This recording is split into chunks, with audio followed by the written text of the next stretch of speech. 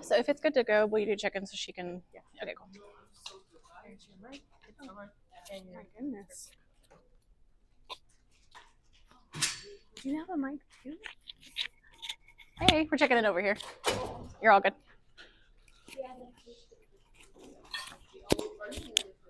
Let's put a. Did we put a sign over there? Mm-hmm. Oh, we did. Yeah. Okay. Hey, we're just gonna check in real quick. Okay, thank you. Okay, guys, so we're gonna start talking casually here. We're gonna start in about 3 minutes, but what you're looking at right now is a Slido. How many of you have used Slido before? Couple? Okay. So Slido is just a website, kind of like Kahoot, where you get to play like trivia games, you can ask questions, you can respond to feedback kind of things. So if you slide the QR code, if that's not working for you, you just go to slido.com and enter the room code UNT First Gen. You don't need to create an account or anything like that. If you're looking at it on your phone, there should be a tab that says like live questions and one that says Q&A. The Q&A is where you can put in any questions that you think of as we're going through the presentation. We are able to see the questions at the front here, and we will get to those as many as we can at the end of the presentation. So it looks like we are pretty jazzed about sleeping. Oh my God, I am with you. I am ready for that as well. Being with my cat and going out with my boyfriend are at the same level, so I appreciate that. I be breaking, me too. I also will be breaking, so I'm with you. Lots of family time, free time, friends, no school, love that. And then just to come back to this for a second, if you didn't get a chance to vote, this was our how are we feeling today question. Seems like a lot of us are cold and really tired. Is that what the middle one is? Yes. Okay. Are we able to adjust the lights at all, do you know? Well, maybe. I don't know what it's going to turn off, so let's try it. Okay. Somebody feels like a ghost. Is that a Halloween-themed ghost, or do you feel like a ghost? Ghost being shy? That's okay. The pumpkin is also very cute. I think that's good. I think that's good. It's going to be easier to read those. Fantastic. Love that. Okay. And then just for funsies, we're going to switch to the last one. Oh. Yep, okay. So the last question I'm going to make active now. So it shows you can do the question on the Q&A or you can just do it right here. Either way is fine with us. This is where you can ask your questions throughout the presentation. We're not going to leave this up on the background. We'll have it pulled up at the front. Either way you want to submit questions is okay. All right. So what we're going to do now is switch over to our presentation for tonight's event. The reason you are all here, I'm sure, is for the scholarship search party. So first of all, can everyone hear me okay? Does anyone need a microphone? Or are we okay? Good? Anybody need a microphone? Okay. We are recording on the phone back here that's on the tripod, so we will be posting this on our Instagram probably Friday. Are you waving? Let's all wave. Hello, friends. You're missing out. You're missing so much fun. Okay.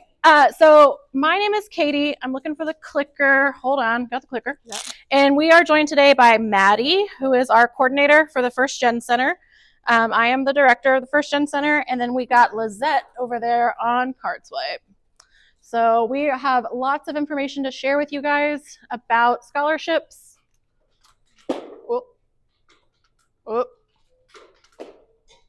Hold on. You know what? Good enough. All right. So we are going to go through this pretty quick. We do have an activity at the end. It's going to be about 30 minutes of us talking to you guys about what we know, information that we can share, pro tip kind of thing.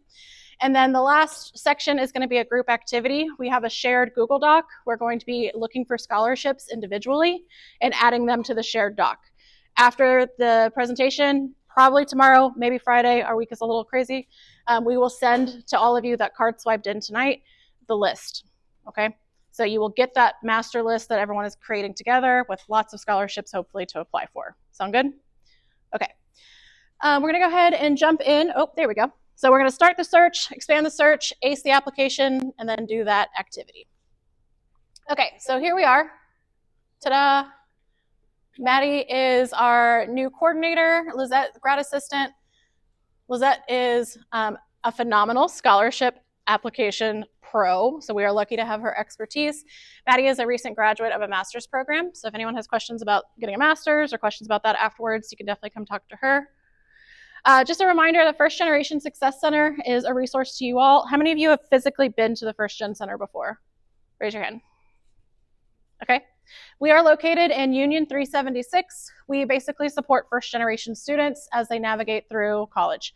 First generation, in our definition, is an undergraduate or graduate student whose parents or guardians did not complete a bachelor's degree in the United States. We have no paperwork because we're not giving out money. So we are not able to provide direct scholarship funds, but we have a lot of really helpful events like this one. We also have some fun stuff. We're all about a party and celebrating. So we have a lot of like celebrating the first gen identity type activities. We have one-on-one coaching. You can make an appointment with either of us to come in and have a 30-minute conversation. We're not your academic advisors. We're kind of that person that you come to and ask questions when you're not sure who else to ask questions to. And we'll get you connected where you need to go. Although we are a first gen focused office, our programs and resources are open to all students. So if you ever want to come to one of our events and want to bring a roommate, friend, stranger, enemy, maybe not enemy, but you can bring them. Even if they're not first gen, the more the merrier. We want to be able to serve as many students as possible, okay? All right, so talking about parties, who loves a celebration? This guy, that guy, all you guys? Awesome. Next week is your week. Did you know that November 8th is the annual national celebration of first generation college students? Now you do. You got a holiday. So we are going big. And also November 8th is a Saturday and we're not going to be here. So we're going big the week before. We are going to be at the Discovery Park campus on Monday. We're going to be doing a virtual bingo on Monday as well. You can sign up for virtual bingo at the Linktree for UNT First Gen Instagram. We have a QR code down here, but on, I think that has both, right? Yeah, we got the code right over here if you want that. We're going to be going to the Frisco campus on Tuesday. Thursday, we're doing First Gen Fest. This is our big party. So 11 a.m. to 1 p.m. on the Union South Lawn, which is where the Scrappy bench is, across from the BLB. We are taking over. We've got a photo bus, not a booth. A bus that's going to come. It's really fun. Scrappy's going to be there. We're giving out limited edition. We're seriously only printing one round of these t-shirts that are green. It says Breaking Barriers, UNT First Gen. It's pretty cool looking. We're going to be giving those out at the First Gen Fest. Then on Thursday afternoon from 4 to 6, we're doing Dress for Success, which I'll show you in just a second. And is anyone a senior in here? Okay, awesome. We are doing graduation photos, a free graduation photo session. If you want to sign up for that, go to the Linktree as well. There's lots of spots available right now, but it does book really fast. Okay, so a whole week to celebrate. We are so jazzed. This is one of our favorite weeks of the whole semester.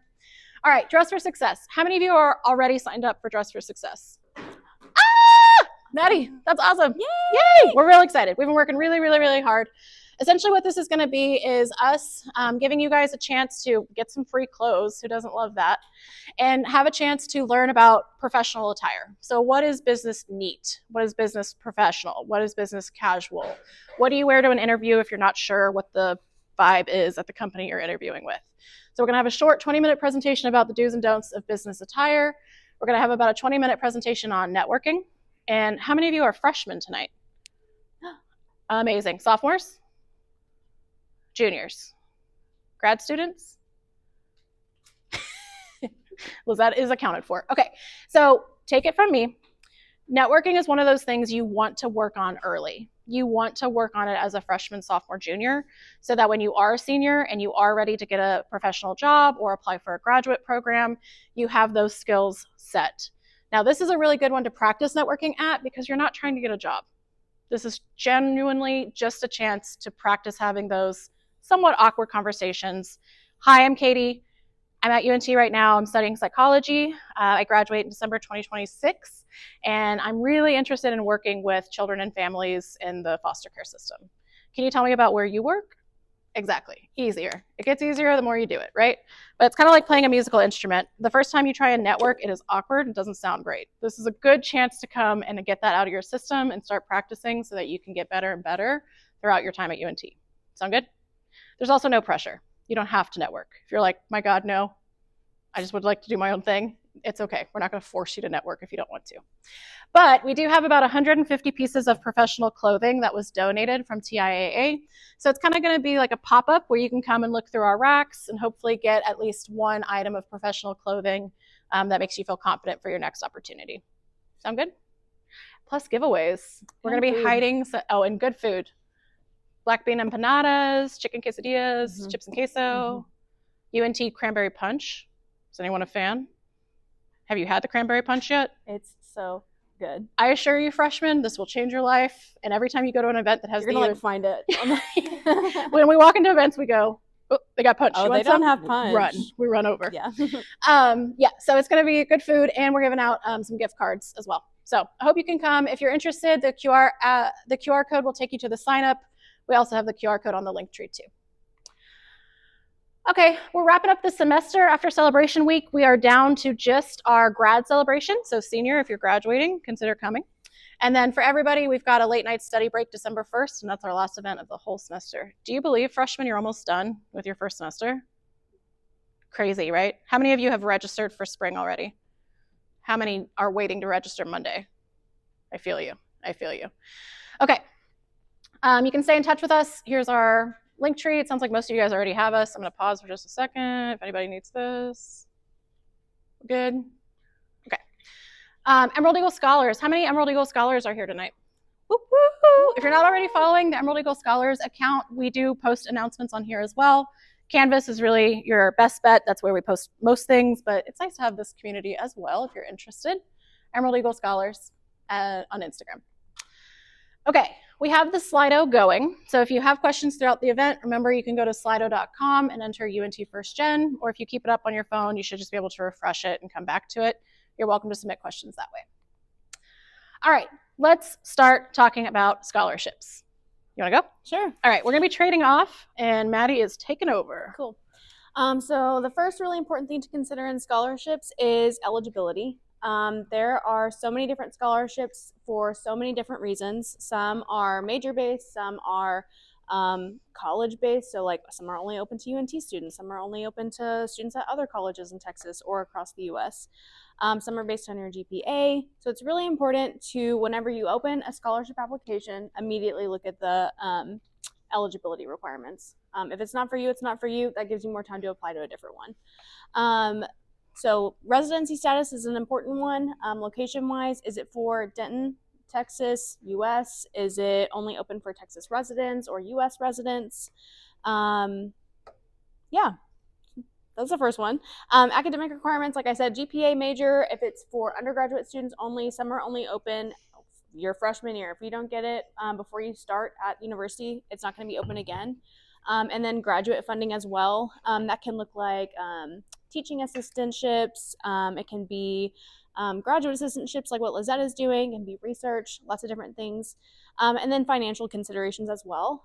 So if you are Pell Grant eligible, Texas Grant eligible, a lot of it is based on your financial aid application. So it's really, really important to do that early. If you need, have you all done your FAFSA or TAFSA already? Raise your hand. For next year. Sorry. For 26, 27? Okay, cool. Okay, cool. That's a lot of us. If you haven't and you need support, GeForce is in the One Stop in the Eagle Student Services building, and they can help you out with filling it out. They'll go through it with you and make sure you've got it all down. Oh, my bad. There you go. Oh, you want to do this one? I can, yeah. Sure. Want me to? All right. Oh, yeah, thanks. All right. So what will I need? So backing up for just a second, not all of us do the same financial aid application. Some of us will do the FAFSA, some of us will do TAFSA, some of us won't apply for financial aid at all. When you are looking at a scholarship, make sure you're read the beginning. Is it requiring that you have a FAFSA on file? And if you're not going to be doing that, don't put your time into it. Does that make sense? What we're trying to really say with the eligibility piece here is read the fine print. How many of you have done a whole assignment and then gotten to the end and realized you did it completely wrong? If you haven't, at some point during your time at UNT, you will. And it's going to be a rough feeling in your stomach of, oh my God, that's an hour of my life I will not get back, right? But it will teach you a lesson about reading the fine print. So before you put time and energy and effort into making it the best darn scholarship application you can have, make sure you're reading the requirements and actually qualify for it. The same advice actually goes for looking for a job on campus. How many of you are currently looking for a job on campus? We have that work study maybe that we're trying desperately to get a job for. Make sure you're reading the requirements of the job postings before you put time and energy into applying for something that you're not going to be getting. That makes sense? I'm a big fan of it doesn't hurt to ask. As long as you're nice about it, it doesn't hurt to ask. But when it comes to scholarships, they usually do not bend the rules. Like if it says it fine print, it's a paper cut. Instead of getting 500 applications, they're trying to reduce it down to 400, 300, whatever, right? So be really careful with that. Okay, what will I need? Letters of recommendation. Now, as a freshman, that part really freaked me out because I'm a psychology major, or I was, and I had classes that were massive. So I didn't really get to interact with my professors very much my freshman, sophomore year. What I would do if I was going back and doing it differently is I would seek out those professors. I would seek out those staff members, like the First Gen Center, like if you're in a student organization and there's an advisor. Seek those people out and make an introduction. Have an actual conversation with those folks early so you get to start having those relationships as soon as you can. It will make a difference later on when it's time to ask for letters of recommendation, okay? And that conversation doesn't have to be a full-on hour at the coffee shop talking about your deep, dark secrets and what you want to do with the rest of your life. In fact, I'm going to say it shouldn't be. It shouldn't be like that, okay? This is really just hey, I'm Katie, I'm a freshman, I'm from Keller. I'm doing psychology because I'm really interested in working with children and families. Blank. I'm really interested in what you do. Can you tell me how you got to your place? It gets easier. The more you do this kind of stuff, the easier it gets. We can coach you through these kind of conversations if you want to. Letters of recommendation from high school, if you still have those. When you're applying for scholarships now, they may be okay. But what I will say too, moving forward, is that sometimes they're looking for references. And references could just be you putting in the email address of someone that will vouch for you, talk highly of you, and they may not actually have to write a letter at all. A lot of scholarships are turning to references or referral checks where you will, like, for example, one of my students was applying for a biology scholarship last semester. She asked me, hey, this is my resume, this is the scholarship, I'm gonna put your email address in, is that okay? I said, sure. I got an email and it said, hey, this student is applying for this scholarship, can you fill out the referral? I said, okay. It let me to a website and it said on a scale of 1 to 10, does this student stand out academically? Does this student have a passion for biology?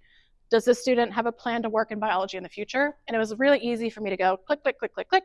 This person is great, I highly recommend her. Let me know if you need anything else, submit.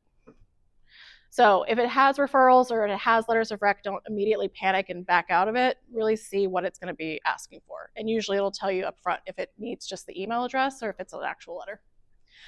Essays and personal statements, we'll talk about that. Transcripts, don't worry, we got you there. Resume, we got you there, and cover letter. It's a really good idea to keep this stuff organized and in one place so that when you do have an opportunity to apply for scholarships, you're not searching through all your files trying to put everything together. Try and consolidate it into one file on your computer or on your Google Drive so that it's all at your fingertips. Okay, so we're gonna talk a little bit more about each of these sections now, and Maddie's gonna talk about letters of recommendation. Katie kind of covered letters of recommendation. I mean, I'm going to go to the next one. If we have any questions about it at the end, we can definitely circle back to it. Wait. Lizette does have a good point with this. So Lizette helped make this entire presentation. So let's give it up for Lizette. And she has a really good point about asking for someone who can speak highly of you that is related to the scholarship, right?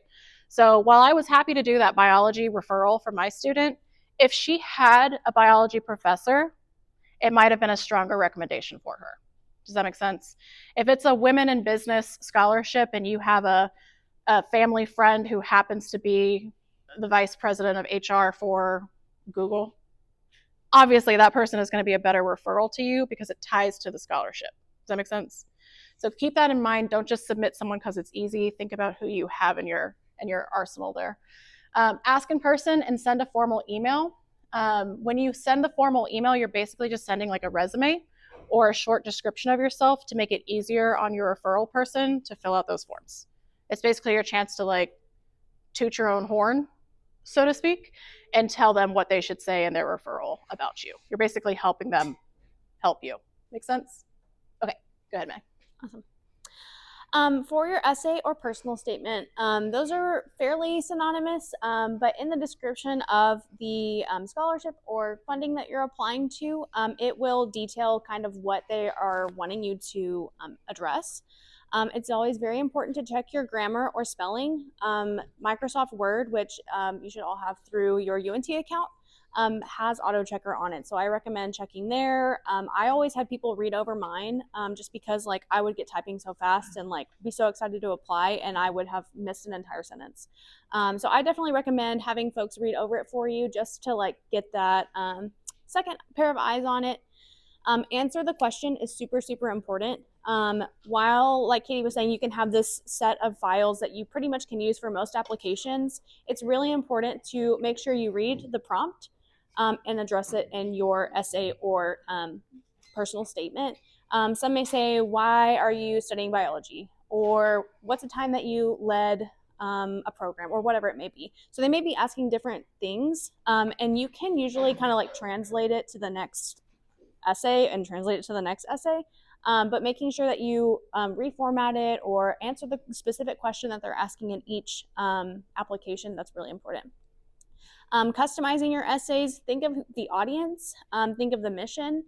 So if it's a scholarship for a company saying, for Google values creative thinking. This is how I'm a creative thinker. Just thinking about who you're applying to and what the focus is of the company or institution or organization, and having that in mind while you write that is going to really stick out to them. Because you're speaking to what they value, and they're wanting to give you money. And sometimes when you evaluate scholarships, which I have done a couple times for different people on campus, you get a rubric and it says, looking at the student's essay, did they answer the question? Mm-hmm. Yes or no? And that can move you up or down the list of people being considered. So it's not always like who's the best one. Sometimes it is, but a lot of times it's did they even answer the question, mm-hmm. or did they submit something random? So that can really make a break too. Yeah. And then the same thing with whenever you're applying to jobs on campus, I think that that's also important. It can be for your work study to get that with your on-campus job. It's really important to keep that in mind when you're writing cover letters. If, for example, we just had a job posting and we said, tell us tell us about the First Gen Center, what's important to you about it, about the mission. Tell us about a time that you helped somebody, and what does customer service mean to you. Half of the cover letters that I read were just like, I really want to work here, please hire me. And so it really stuck out to me when people actually addressed what we asked. It helped us narrow it down. It just makes it much more targeted. Work with your advisors and mentors and the Campus Writing Center. The Learning and Writing Center will look over any essay that you have. So definitely take it over to them. If you don't have somebody that you feel comfortable being that second pair of eyes to review it, definitely take it to them. They'll check the grammar for you, make sure it looks really polished, that it's very to the point. I am a rambler. I'll just get going on an essay and I'm like, please, I love biology so much. So they'll help you kind of get recentered and make sure that your essay or personal statement is very clean. Being creative, not just answering like a very simple answer. Just really describe yourself and like hype yourself up. This isn't a time to like hide. This is a time where you're like, I really want the money. I'm a very good applicant. This is where I shine. These are my strengths. And so being creative in how you answer those prompts is really important. And probably the best tip that we can give you is to not overuse AI. You can use it to kind of get started and get that flow going, but it really is noticeable whenever you are looking at 400 applications who used AI, because half of them have the same 5 sentences. So if you use it just to kind of get going and kind of get that format, but then go back in, make it you, be personal, and just know that like people can absolutely see where the AI statements are. And when it comes to jobs on campus, a lot of you raised your hand, so we're going to kind of pivot to that as well. When you don't overuse AI, it really, really helps you stand apart, because the 5 sentences over and over is so annoying. If you read 200 applications, you're like, okay, I get it. We all can put the description in the Google AI, whatever, and it'll pop it out, right? But when it comes to jobs, a lot of times people are wanting to hire you because of who you are and not what the AI says. They're looking for somebody who can seamlessly go into their team and be a good fit. And AI isn't going to tell me if you're going to be a good fit for my current group of student workers. Does that make sense? So really be careful with that, because that is a big downfall I see a lot. Okay, Maddie, you good? Yep. Cool deal. Is it not going? No. Okay. There we go. Common essay prompts are on the board. Things you can start thinking about if you want to kind of start jotting some notes down. A lot of scholarships are going to ask you, how will this help you? How will you use the money? So kind of start thinking about how you might answer that. And then again, when it's asking you to say something specific, describe a time when, answer the question when it's asking you that, okay? Okay, transcripts. So a lot of scholarships will ask for transcripts. If you're a freshman, you just got admitted to college, you remember what that's like. Official versus unofficial transcripts. Our point of this is to tell you that a lot of scholarship boards, let's say boards, like people who review it, they don't necessarily want you to pay $10 to get a scholarship, to get an oh my gosh, it has been a day, y'all, to get a transcript. They're trying to give you money, not make you spend money to apply. So a lot of times applications will ask for an unofficial transcript, which you can download from your my.unt.edu account for free. So if you're trying to save money, that's why you're trying to get a scholarship. Just be careful what it's asking for. If it doesn't actually have to be an official transcript, it saves you some money. The other thing that can save you some money is that if you order in person at the registrar's office, which is in the Eagle Student Services Center in One Stop, they give you free sealed copies. And if you're scanning that, or if it doesn't have to be like an official one, like sometimes they'll say notarized or something like that, then that can work for you, and that saves you money too. The website to order transcripts is registrar.unt.edu. If you go to the Scrappy Says website and put in transcripts, it brings up the page too. A lot of you look sleepy as anything.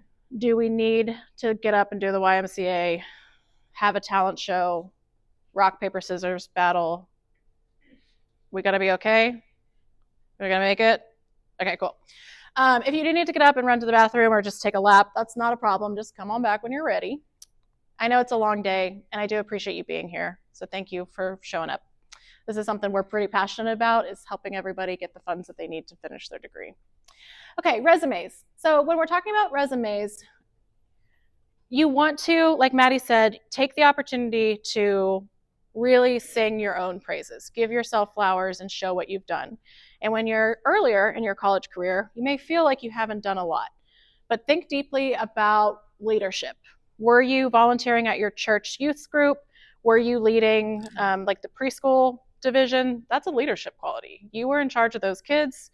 Even if you were coloring in a coloring sheet every weekend, that was organizational skills. That was management of a group. That was being responsible for little humans that are crazy, right? So sometimes, love them, but they can be crazy.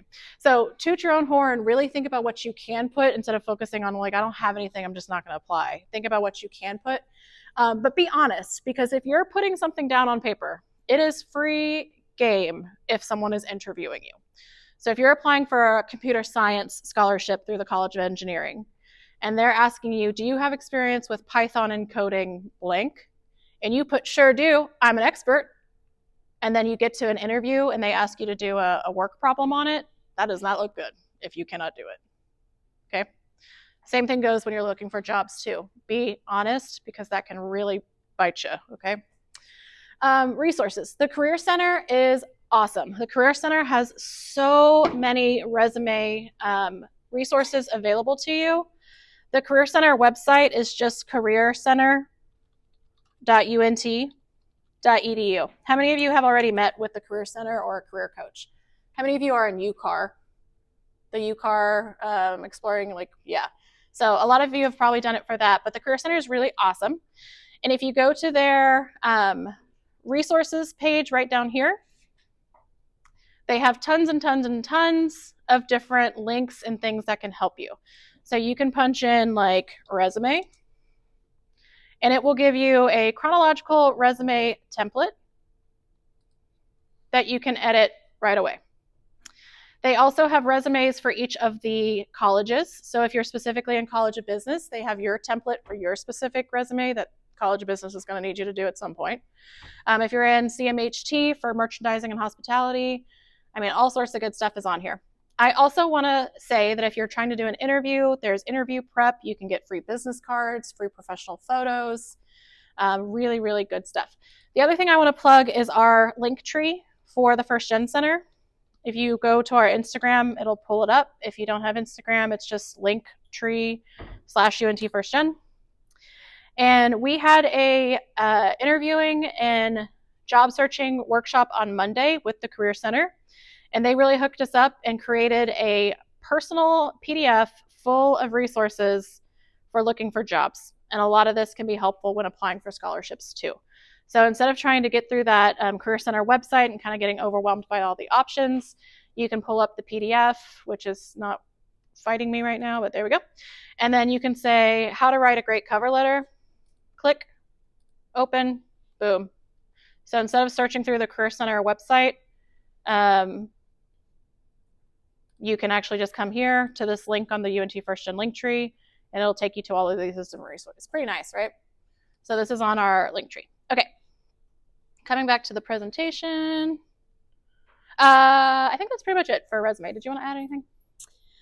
Definitely just if you are making it and like Katie said, you're like, oh my gosh, I don't have anything to put on here. I would recommend meeting with your career coach. They are very creative in helping kind of fill out that resume where you can shine and where you can maybe use experiences that aren't like typical for a resume. I've seen people and students who talk about their experience in helping take care of their siblings or other unique experiences and taking the skills from that and adding it to your resume. So I would recommend talking with them. If you don't have the availability to go meet with them in person, you can submit it on their website, submit your resume there, and somebody will review it and send it back to you with their notes. So that can definitely save you some time too if you have a cramped schedule. They also have drop-ins literally Monday through Friday. You don't need an appointment. You can just show up. Yep. Online or in person too, which is nice. Okay. Thank you, Maddie. Cover letter. You want to do this one? Sure. Your cover letter is usually optional. It'll definitely say cover letter required. If it's optional, they won't say anything about it usually. But it can definitely help you stand out. If there's 500 applicants to a scholarship and only 100 of them had a cover letter speaking to like why this would help them or how you found the scholarship, who connected you to it, that can help you stand out. It's usually about a page. The resources that Katie just shared has exactly how to build out a cover letter, paragraph by paragraph. How somebody described it to me once is the first paragraph is like the whole thing is like the Barney song. Do y'all know Barney? Yeah, okay. The first paragraph is like I love you. This is how I found out about the company, about the position, the scholarship, whatever it is. You love me. This is the second paragraph. This is why I'm great. This is why I'm awesome. Here's how my experiences translate to this role. And then the third paragraph is we're a big family. So I can see myself here. You can see me here. This is what I want out of this role, and I want to hear back from you.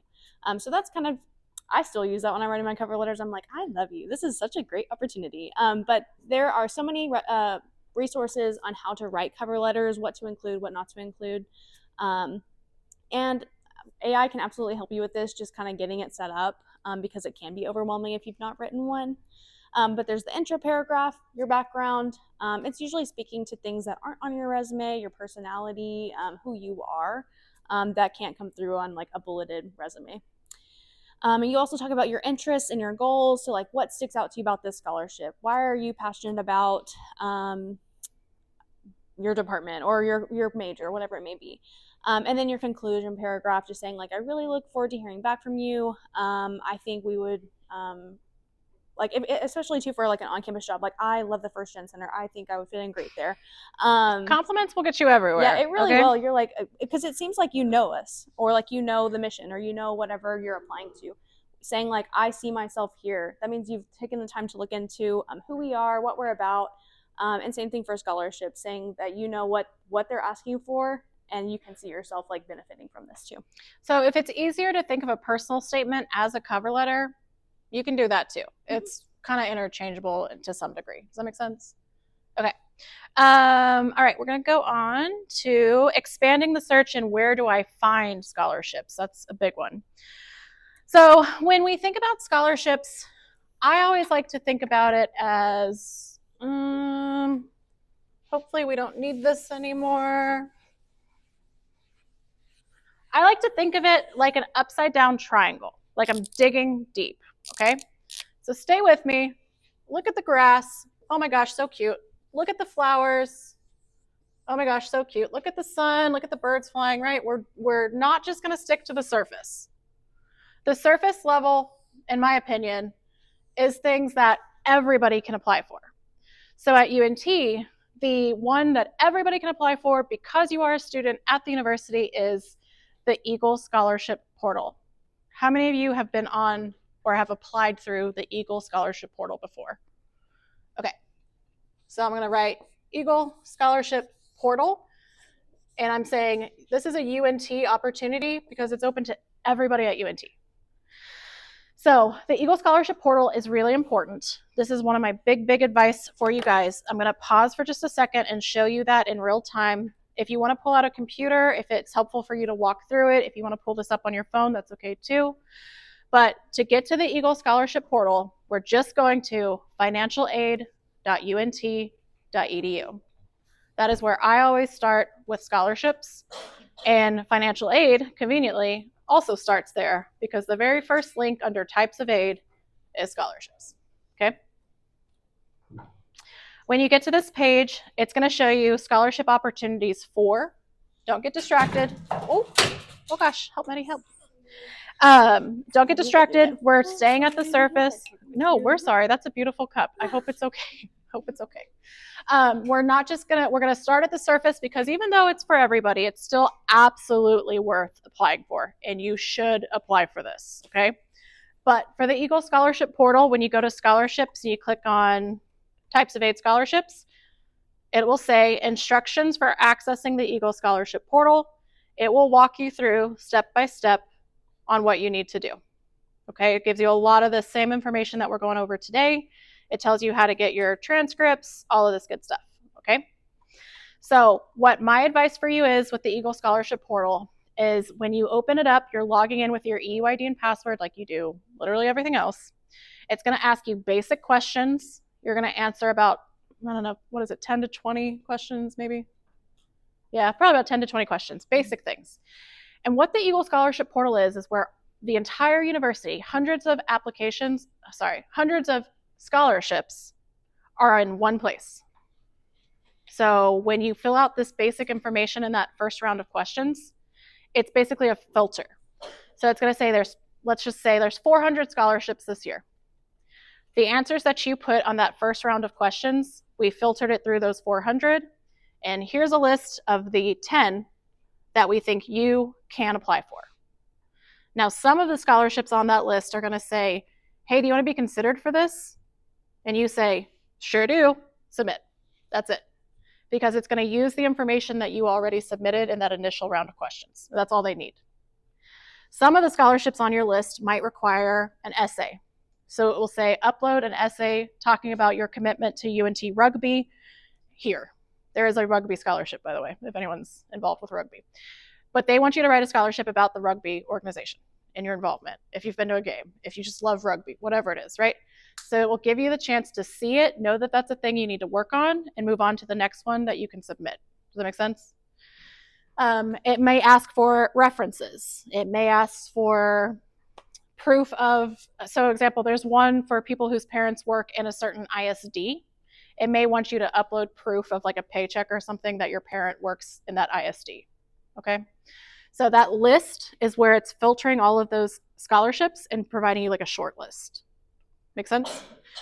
Okay, so that's the Eagle Scholarship Portal, and there's lots of instructions and help for it right here. I will tell you it's very competitive. It shows up on your to-do list, I think. You get a million emails about it. Everybody knows about it. It's surface level, right? Still worth doing and going back in periodically after you've submitted it. I would go in maybe every other, what do you think, like every 2 weeks, every month, and just check it again. Is there something new that when they put this together and they put all the scholarships out, maybe somebody submitted it late and now there's a new opportunity. And if I don't go back and apply for it, there's going to be less people applying for it. I might have a better chance of getting it. Don't just do it once and walk away. like go back to the Eagle Scholarship Portal, okay? All right, but we're digging deep in this analogy. So we're on the financial aid site, we're on scholarships. We talked about the Eagle Scholarship Portal. When it comes to digging a little bit deeper underground, we are going to talk about departmental scholarships, and underneath that I'm writing college.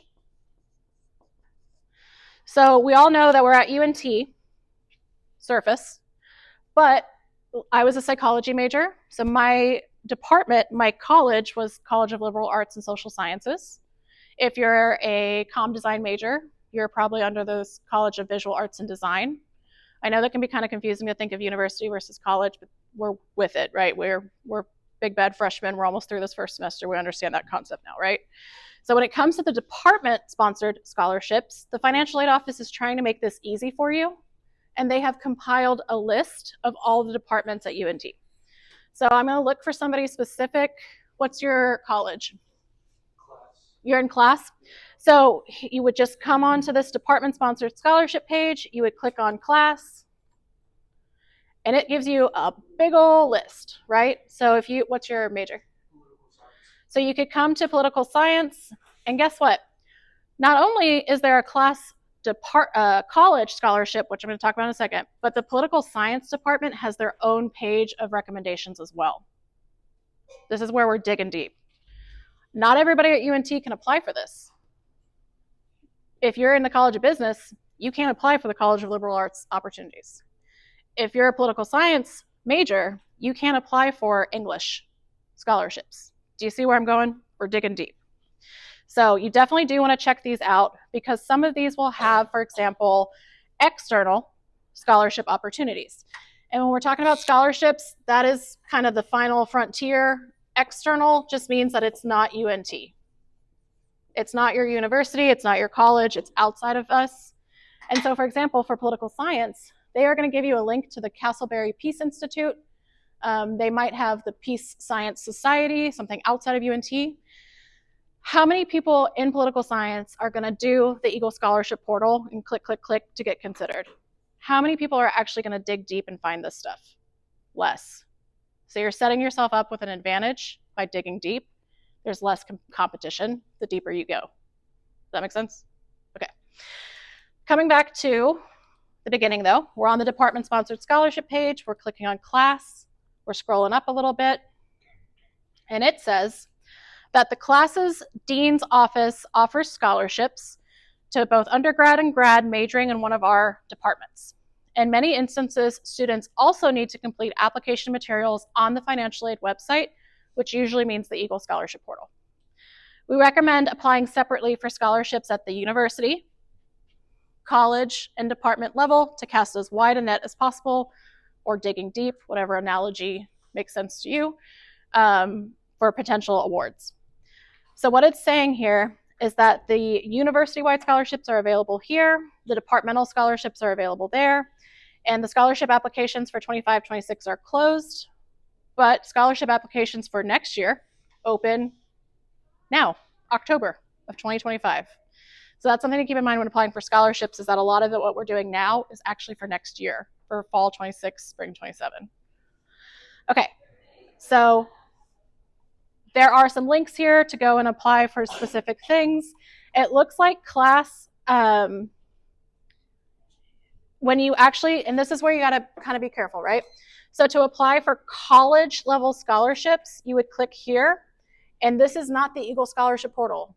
This is the class college application. Does that make sense? Another example of this, would you have seen that initially? I don't know, right? It kind of blends in. So you got to really be careful with what you're doing. And if you look at this and you're like, dang, I'm really not sure what I'm looking at right now, you can call the college. At the bottom of the websites, there's always a contact us, and you can call class and say, I'm looking at this, I'm doing my best, I'm not sure what I'm actually supposed to be doing. It says that this is open in October. Is that what you can always ask. Again, it doesn't hurt to ask. I was an academic advisor for about 10 years before coming to the First Generation Success Center. And I will tell you that we had scholarships we could not award because we did not have enough applications. That is money on the table, right? That's awful. People want to give the scholarships out if the money's been collected. So do what you need to do to get yourself considered. I'm also going to show you engineering. College of Engineering, just for an example, they have their own engineering scholarship application form.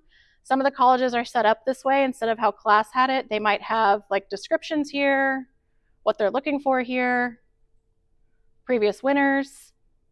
And then the engineering scholarship application form has not started yet because theirs is a little delayed. Does that make sense? So we're doing more applications than just one. Yeah. It says the College of Education doesn't have it. Okay, that's a really good point. So when you're looking for the scholarships through the financial aid office, if you click on, say, education, and this is really good to know, they need to update their site, if I'm being blunt with you, but a lot of them are going to tell you, like CVAD, I believe.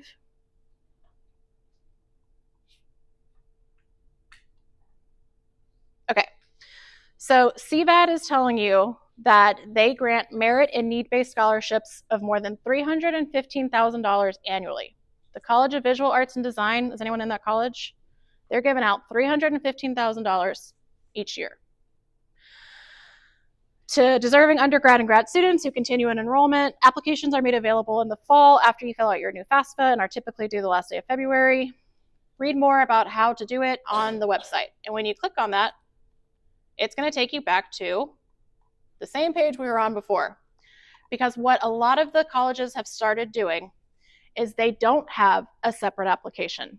They will have their college scholarships on the Eagle Scholarship Portal. So instead of having to do the Eagle Scholarship Portal and the College of Liberal Arts and this political science, you're lucky. Yours are combined on the Eagle Scholarship Portal. So if it's not giving you a specific link to fill out, you can pretty safely assume, but can always call to double check, that it is combined on the Eagle Scholarship Portal. And really, that's easier for you because you're not bouncing around doing 3 different applications with different requirements. But it is not uncommon for colleges to have theirs combined. That's not a bad thing. Don't get discouraged. It just means that they're evaluating everything through one. They're using the same platform that the Eagle Scholarship Portal is using. You can use that same thing. And when you're doing your initial round of questions, it's going to ask you, what college are you in? And if you're in the College of Education, it will come up with specific College of Education scholarships that if you're a business major, it's not going to show you. Does that make sense? Okay. I'm going to come off of this because I know this is kind of deep and I want to move on. Maddie, do you want to talk about the student orgs and city? Okay. Yeah. So student orgs, has anybody joined an org already? Freshmen? Hey, that's awesome. So what's great with student orgs is that a lot of them do offer scholarships. So if you're in an honor society or you're in a service organization, definitely check with your org to see if there are any scholarships that you can apply for through that organization or club.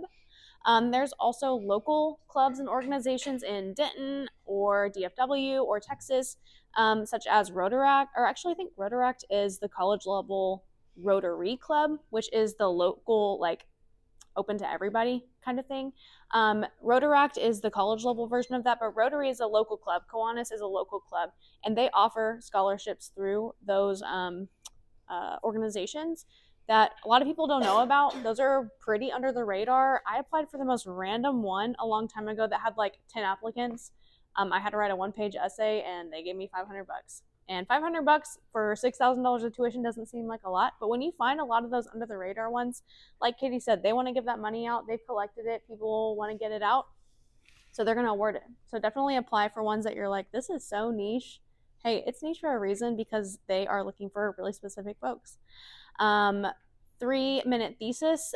So whenever you are if you are interested in graduate school, there's funding through 3-minute thesis. You essentially go to like a class, learn how to talk about your research, and can win funding that way. I'm not sure what MAPS is, but Rope Travel Grant is a grant that you can receive for professional conferences. It can help with your hotel, with your registration. I know I was not thinking about going to a conference when I was a freshman, but it's really something cool to think about. If you are a business student and you want to go learn about tech, there are conferences that are local in the state, so you don't have to like fly across the country. That's really overwhelming. But they are local that you can get funding for to help offset that cost. They can be pretty expensive. Rico Ethics, the Kuhn Speaker Series, Non-Trad Textbook Award, and Commuter Award. These are all those niche and like super deep, like very niche that way fewer people are applying for because they're like, well, I don't need to go to a conference. Yeah, but like you could. They have a harder time giving these out because people think, oh, well, I don't need that. I don't need textbooks. And then for a week later, I guess a month later, you're like, oh, wait, I need textbooks. And then they have all of these awards waiting. They have a commuter award to help offset the travel from your home to campus. So definitely research your orgs that you're involved in, centers on campus. So the Rope Travel Grant is through, I think, Student Activities, and you apply through them. Citywide, there's also scholarships. So like I think like the what's that thing Desiree's on? The Zoning and Planning Committee, and no. the women's business group from UT. Yeah, so there's things in the community, like the women's group. There's also like the city council type thing. I forget what it's called. I don't know. Anyway, we'll include. I'll find it while we're looking. You can later. add it on the list. Yes, I'll add it on the list. But definitely look in the community and find those opportunities on the external page, which we can go back to maybe the external link, Katie, on the scholarship page. There's a whole long list of scholarships from across the U.S. that you can also sort through. I also, when I was looking for scholarships, I was going to other universities' pages and looking through theirs because we don't know everything. Other colleges and universities don't know everything, but I was looking at other colleges' pages to see what they had. Some are, of course, college specific, like we talked about earlier, but some were also like, this is open to all college students regardless of major, and that's another opportunity. So here on the resources page, it has the federal student aid information, but then there's the U.S. Department of Labor scholarship search. Student Money Management Center might have more opportunities there. How to pay for your MBA. Like these are all like have big long lists of scholarships that you can kind of filter through. Some also include filters, so you can put your major in, you can put your classification in. So definitely check those out as well, and like look at I looked at high schools, even like other high schools in my area. So that would be probably my big recommendation. Well, and talking about professional organizations, what does that mean? I'm a freshman in college. I'm not in a professional organization. What are you talking about? Think about this. If you are a audiology, speech language pathology major, do we have any ASLP majors in here? No? Okay. Well, let's pretend we are. We want to do audiology and speech language pathology.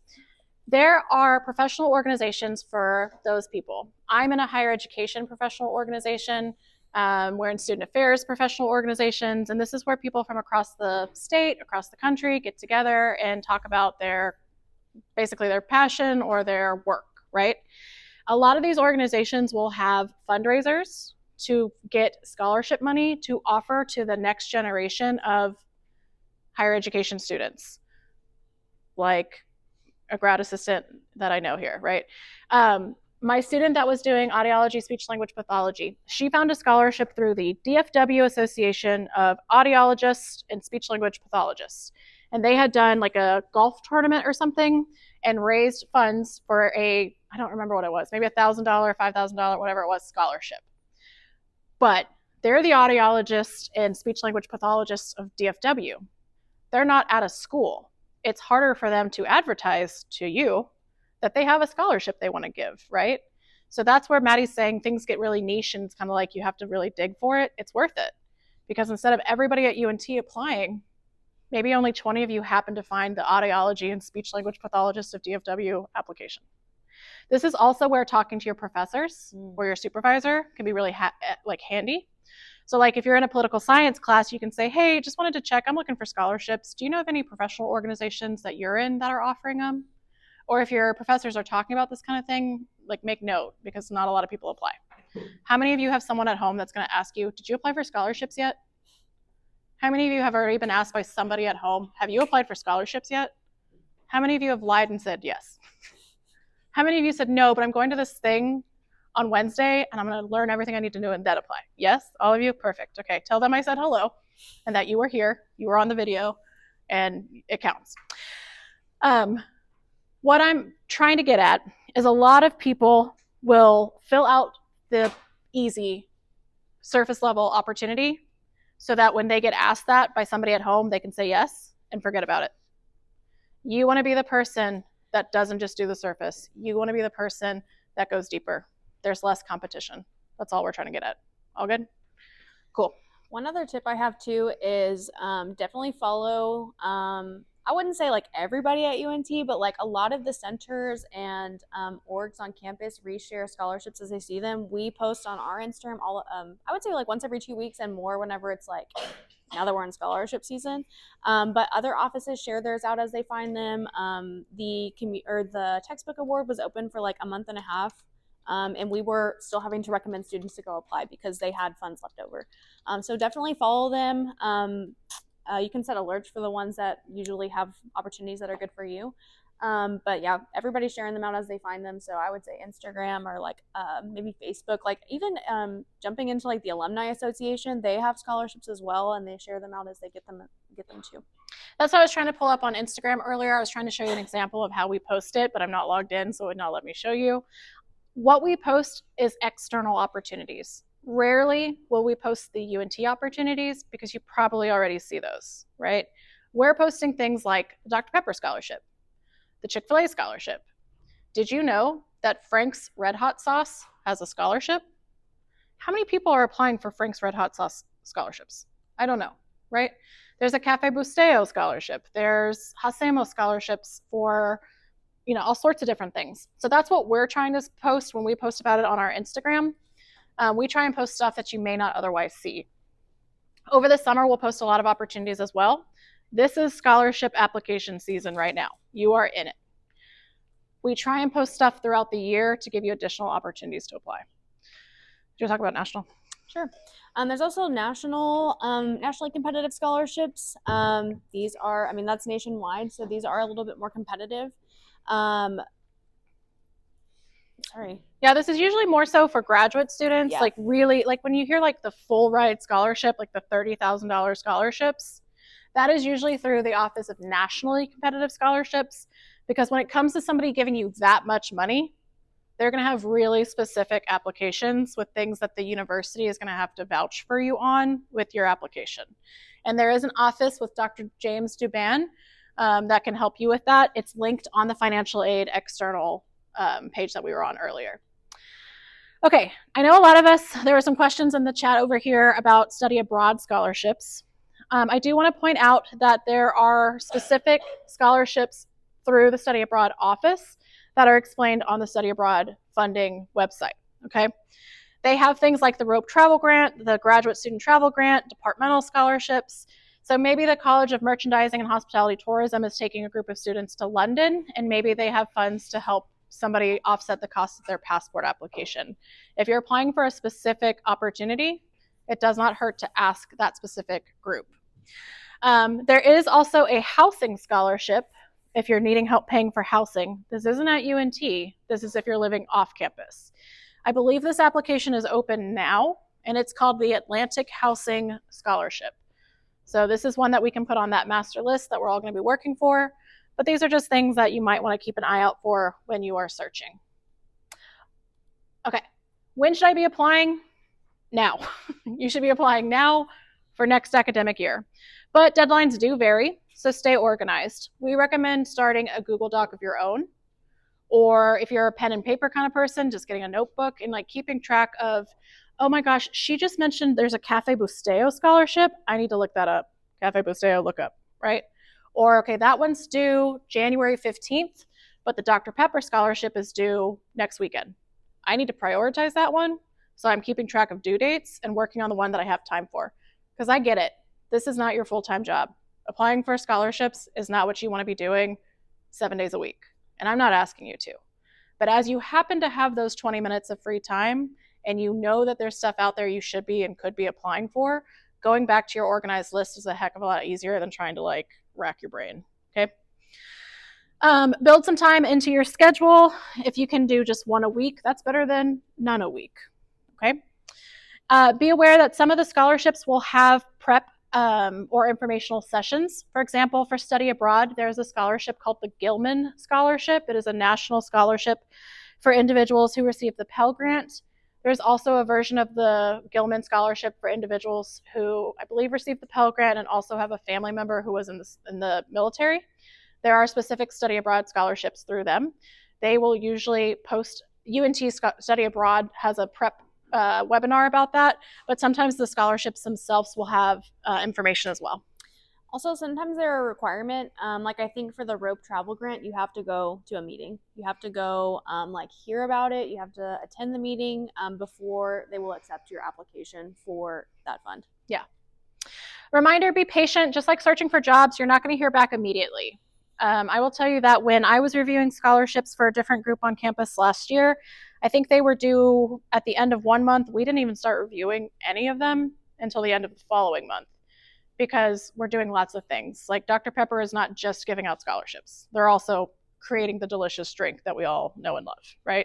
So sometimes these things do take a minute just to work their way through. Don't get discouraged. Doesn't mean you didn't get it. Just means that you got to kind of be patient with it. Remember your why when you do get discouraged with it, because that's not like, I'm not telling you not to be, because that's not realistic. Remember your why.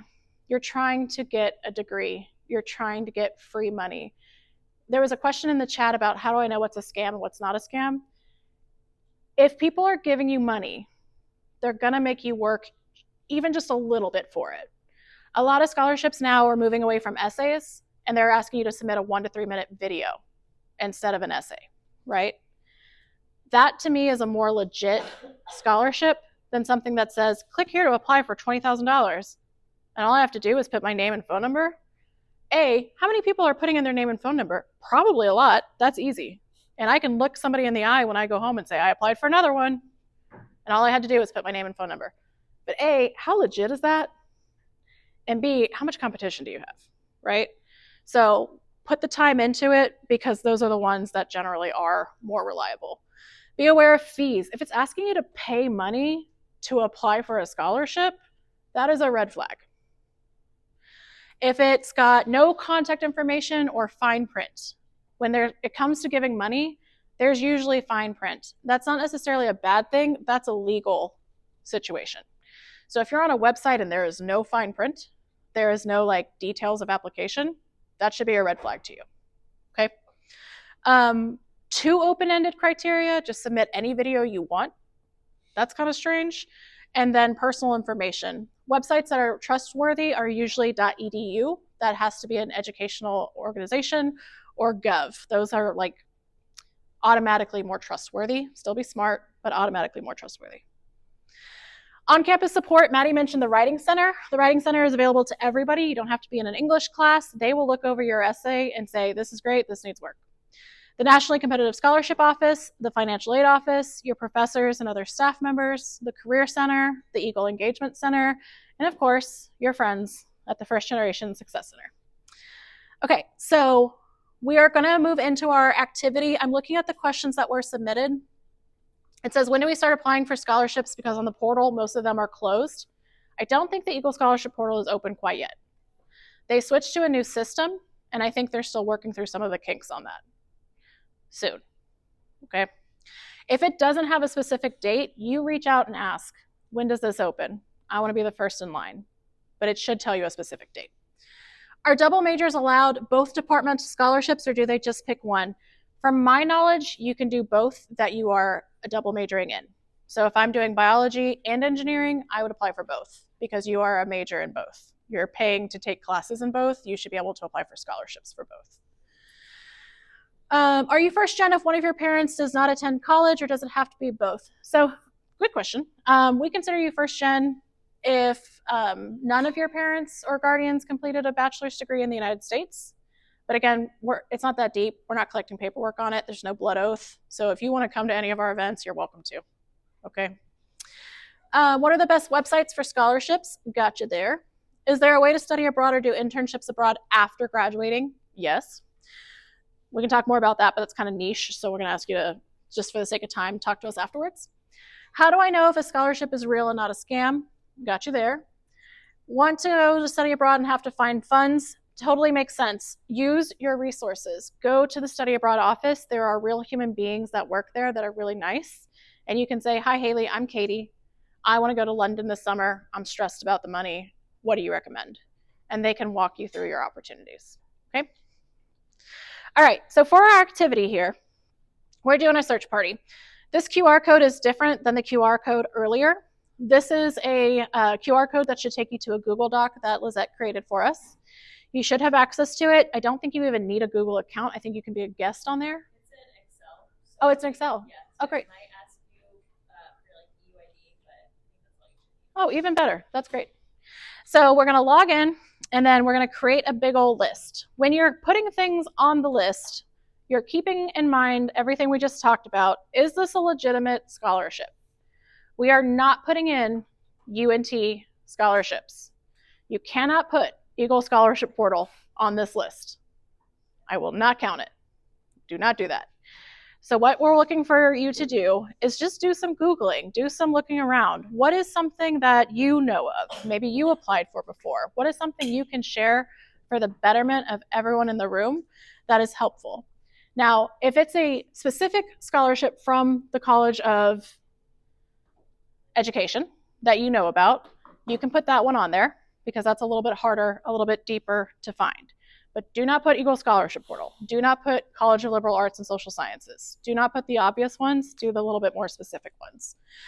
There is a column for when is it due. This is going to help everybody know what to prioritize. Requirements, if you happen, now you don't need to copy and paste the whole thing, but if it's only for freshmen, put this is a freshman only scholarship. If it's only for graduate students, put this is a graduate student scholarship. Once you find, so listen, you don't have to do this, okay? I get that it's been a long day, but if you're wanting to contribute to this and get this list, after you find 3 scholarships, I'm going to change this because we're running a little short on time. Once you find at least one, I'm going easy on you. Once you find at least one scholarship, you've added it to the Excel document, you can come up and get a raffle ticket. We have raffle tickets with Lizette. You're going to put your name on a raffle ticket. We have 2 prizes that we'll be giving out. If you're still here at the end, we'll draw. If you're not here and you need to peace out for your next thing, that's okay. We have your information. We'll call you to come get the prize from the First Gen Center. This one is really nice. It's got a travel mug. It's got a phone bank. It's got some notebooks, some stickers, and a First Gen t-shirt. This one is really nice too. It's a shower bag. It's got a note, like an organizer. It's got some laundry detergent, a first aid kit, some First Gen swag, and some school supplies. This one will also have a t-shirt. So if you want to get entered for our giveaway, you need to put at least one on the list. Just for doing that today, we're also going to give you, I feel like a salesman, just for doing that today, everybody who puts at least one on the list is going to walk away with a First Gen keychain and your choice of sticker, either one you want. Okay, but we'll give you the raffle ticket too if you want to go for one of the bigger prizes.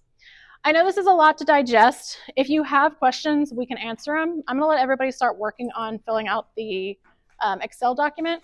If you have a question, raise your hand. Maddie and I will walk around and answer them for you. Sound good? Okay, thank you for being here tonight, guys.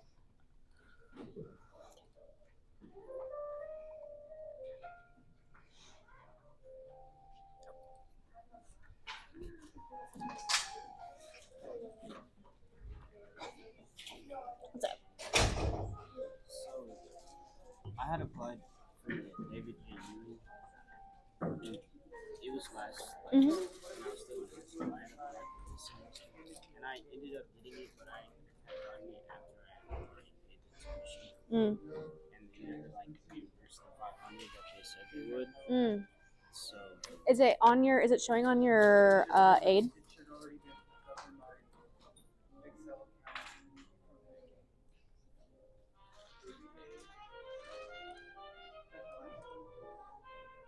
But yeah, I because recommend it's Go supposed to Mary. be split Yeah. Literally, That's what 500 per my semester. avid teacher had us apply to, like, go into.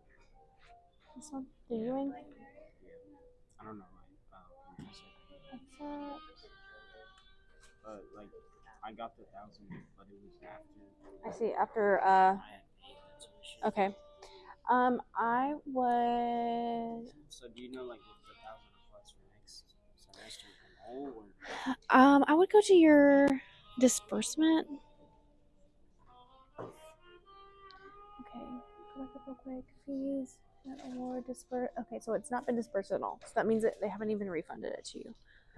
So I would either go in person to the financial aid office. I wait and it should be like 3 to 5 businesses. It's been weeks. I would go back because that's strange. If it's there and you've accepted it and it hasn't been dispersed at all, I will.